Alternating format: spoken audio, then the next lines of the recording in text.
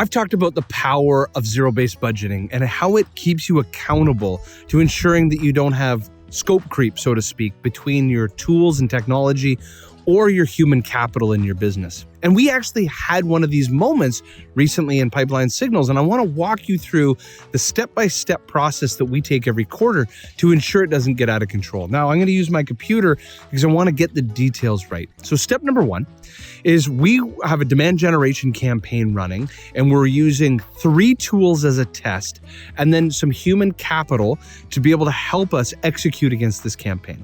So what we did is step number one, go into QuickBooks, pull the expenses of everybody, put them in a ledger line item in a spreadsheet, and zero out the expenses. The goal here in zero-based budgeting is you're not arguing to actually pull things out or reduce expenses. No. The expenses no longer exist. What you're doing is you have to argue in to have any expense at all.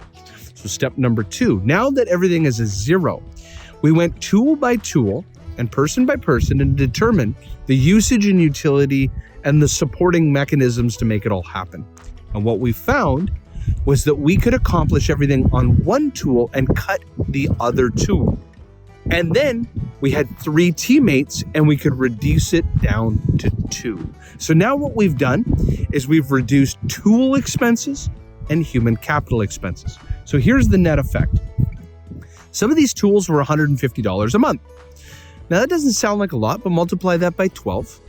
And then I want you to take a 25% EBITDA and multiply it by 4. It's basically saying is that if a tool costs you $1,800 a year, it doesn't cost you $1,800 a year. It actually costs you $7,200. So $1,800 times 4, $7,200 in less headwind of sales you need to go acquire to pay off that expense to generate the same EBITDA. That doesn't sound like a lot at the tool expense, but now let's factor in human capital cost. And I want you to picture, now of course we offshore, but I want you to picture this is you onshoring. So I did some of the math for you.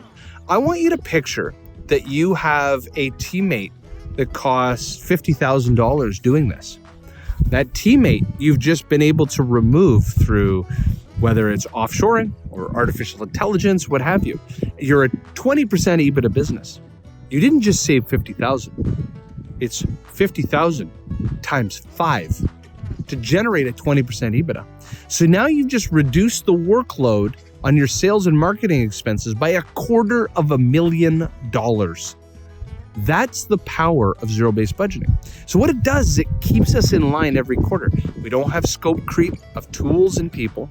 And then it allows you to go into each teammate and start to ask yourself, do I reduce an expense? Do I replace an expense? If you want to know more about offshoring best practices and talk to other founders and other CEOs on how they've done this to become more profitable, go to getleverage.com. We'd love you to join the community.